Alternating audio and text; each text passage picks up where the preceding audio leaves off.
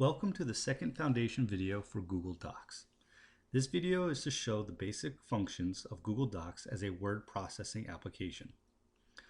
Looking at a Google document, we can see that it looks much like Microsoft Word, and in fact there are many similarities to Word.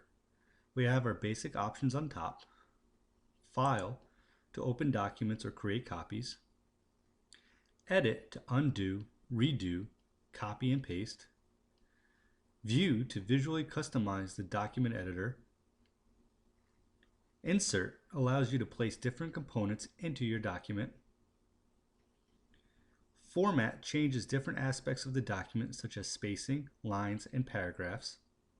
And Tools allows the user to access different tools such as spell check, voice typing, and other suggestions. Below is our toolbar that provides many of the tools that are customary to a Word document, such as font, font size, bold, italics, underline, font color, highlight, links, line justification, line spacing, bulleting, and indents. Notice that as changes are made to the document, Google Doc automatically saves the document for you.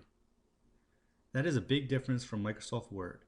Here, there is no need to save changes. Every change is saved automatically. In the next video, we will explore the most useful component of Google Docs, which is the collaboration aspect.